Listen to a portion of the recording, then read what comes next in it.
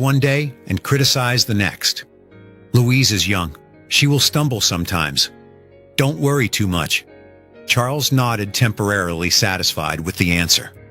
But deep down, he sensed something was wrong. Seeds of doubt. Louise appeared thick and suspiciously synchronized. He called William. William, have you seen the recent articles? Why are there suddenly so many opposing opinions about Louise? William on the other end tried to keep his voice calm. Father, I'm monitoring it too. It seems someone is deliberately blowing things out of proportion. I'll look into it more carefully. Charles nodded, but he remained uneasy. He turned to Camilla. His voice concerned Camilla. What do you think about these rumors? They seem quite unusual. Camilla smiled lightly, perfectly, hiding her inner tension. Charles, the public is fickle. They praised, but the evidence was becoming undeniable. He felt both disappointed and furious. The betrayal from within the family pained him, but it also drove him to act decisively. William led in one direction. The deleted emails, indirect calls, and especially the uneven panic among the advisors all pointed to one person, behind it Queen Camilla. William did not want to believe it. The inconsistencies in the aides' statements gradually became the key. After many days of careful review, Prince William realized all the trail's internal review of numerous charitable funds and royal projects. The team he assigned quietly examined ledgers, financial reports, and actual operational effectiveness. The findings left William shocked and concerned. Some projects sponsored by Queen Camilla had serious shortcomings, non-transparent spending, loose management, and real-world impact far below the invested amounts. There were large expenditures on events with limited community benefit. Some reports even indicated signs of waste and lack of oversight. William, who had always shown maturity and foresight, but he did not realize there were deeper layers of meaning behind the plan. During the preparations, William had ordered a rigorous. Most of the negative pieces cited the same anonymous source. That source provided detailed, selective information, always emphasizing Louise's lack of experience and unreasonable favoritism. William sat before his computer screen, scrolling quickly through reports. His eyes narrowed as he discovered a key clue: the anonymous source had close ties to Queen Camilla's inner circle of advisors. Familiar names, email addresses, and phone numbers indirectly pointed toward Clarence House. William clenched his fist, his voice filled with disappointment, as he reported to an aide, "This is not random. Someone is deliberately smearing Louise, and everything leads in the same direction." While William intensified the investigation, the other side was not idle. Some of Camilla's close aides and advisors began to panic as they realized the traces were being followed. In urgent late-night calls and private messages, they hurriedly deleted evidence. Delete all the emails, leave nothing. She remained by Charles's side, but her public role was limited. This story became a costly lesson about ambition and loyalty within the palace walls. The ancient stone gradually stepped back from many public activities. Lady Louise was fully exonerated. Official sources confirmed she was the victim of an internal smear campaign. Support for Louise grew stronger than ever. She continued her new role with resilience, participating in charitable projects and representing the modern image of the monarchy. The public once again praised her maturity and qualities. Camilla's influence declined markedly, still haunted Charles. Then Prince William, his son, whom he trusted implicitly, had quietly proposed a plan to make Louise one of the young faces representing the monarch. Bold and a strong will, she had once told Charles during a private tea. The child should be given more opportunities to contribute to the royal family. Don't let her talents go to waste. Elizabeth hoped Louise would become a bridge between the monarchy and the younger generation, bringing a fresher, more approachable image to the public. After the Queen's passing, that regrets Clarence House, Queen Camilla sat silently before her antique vanity table. The dim golden light highlighted the worried lines on her face. She gripped her comb so tightly that her knuckles turned white. Public and media attention were gradually shifting away from her voice trembling with a mix of nerves and pride. "I'm a bit worried," but I will do my best for the royal family." But not everyone was happy with the decision. In her private room, it brought a sense of renewal and hope. Louise herself was deeply moved. During her first assignment, representing a foundation supporting disadvantaged youth, she told her parents in a private meeting, "Understand my worries. After Elizabeth passed, I had to fight every day to affirm my place beside Charles. Then Louise appeared, and all eyes turned to her. I only wanted to protect what is mine." William did not respond immediately. He simply shook his head lightly and left the room, leaving Camilla in heavy silence. He immediately reported to his father. King Charles, upon hearing the full truth from William, could hardly believe it. He demanded a private confrontation with Camilla that very night. In the private room, the atmosphere was taut. Charles looked at his wife, his voice pained and weary. "Camilla, you really did this? To our own granddaughter?"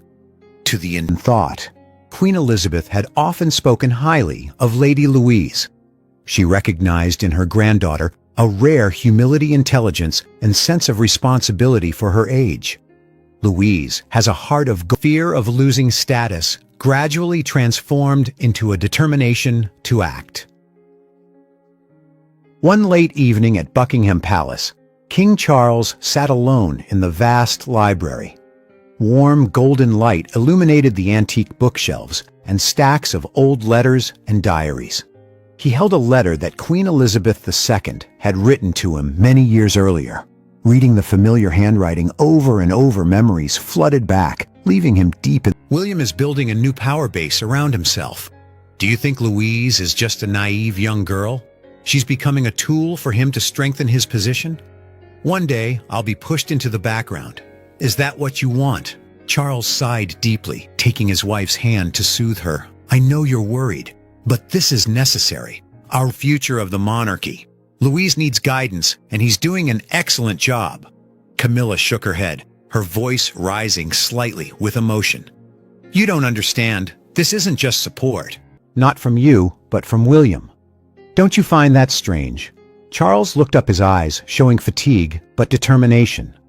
He set down his teacup and replied gently, Camilla, William is only supporting me. He cares about their nails dug into the fabric. They want to push me aside, she thought, her inner voice full of anxiety and indignation. After years of struggle to reach her current position, she could not let everything collapse because of a young girl and William's ambitions. Her status was under serious threat. If Louise continued to rise, the public would quickly forget Camilla's contributions. She decided she could not sit idly by. With her decisive nature and experience in palace intrigues, Camilla acted swiftly. At this point, real fear engulfed her. Camilla sat alone in her private sitting room, the dim light casting shadows on her tense face. She gripped the arm of her chair so hard that his future. William did not make a fuss.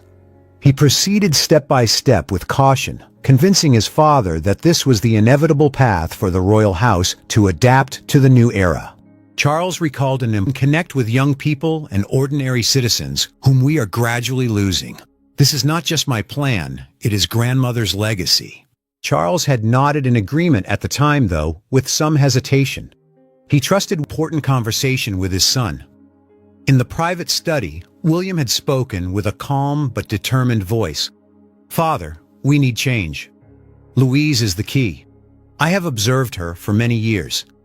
And even quiet investigations are said to have emerged behind the closed doors of the palace. Is this merely a family misunderstanding, or the beginning of a power struggle that could forever alter the future of the British monarchy? On June 5th, an unexpected decision from King Charles III sent shockwaves through the British royal family. He publicly entrusted Lady Louise Windsor, the youngest daughter of Prince Edward and Sophie, Countess of Wessex, with far more significant royal duties than ever before.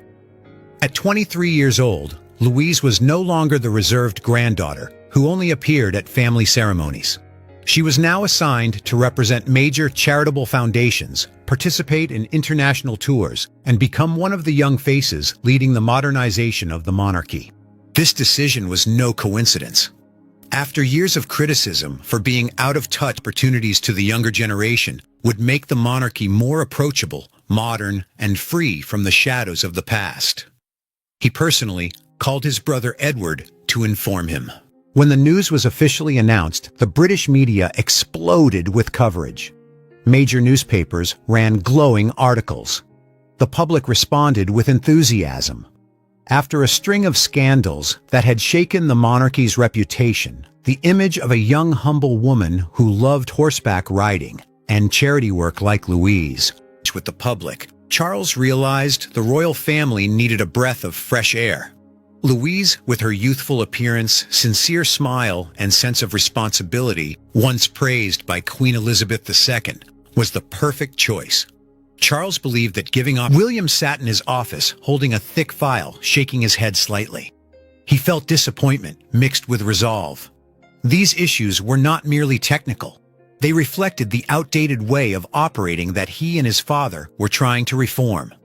William believed that Camilla's growing influence was unintentionally becoming an obstacle to the modernization. It will be difficult for the royal family to regain the public's trust. As time passed, pieces of the past and present came together, forming a complex picture.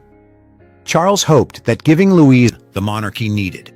He called a close aide, his voice stern. "Continue the investigation thoroughly, but keep it quiet. We don't want unnecessary disruption. But if these problems persist, it will." But she did not know that the net was beginning to tighten. Lady Louise, despite the public pressure, continued her duties with resilience, unwittingly becoming the center of a silent power struggle. Her deleted data. Though many traces had vanished, inconsistencies in the aides' statements began to appear. Some details did not match. Some calls were logged through other lines. William sensed the truth was very close. He stood up, looking out the palace window into the night, murmuring to himself, "This cannot continue. We must confront it directly." The erased traces only made the investigation more urgent. The underground storm in the royal family was approaching its climax. Camilla believed she had covered her tracks perfectly, clutching her phone. In her mind, the pieces began to fall into place. William had always made clear his desire to reform the monarchy toward modernity, transparency, and closeness to the people. The more one thing chilled her heart, most of the proposals to elevate Louise's role appeared to originate from Prince William. Camilla began secretly reviewing internal documents. Prince William, the one Charles trusted completely, seemed to be systematically pushing Louise into the spotlight.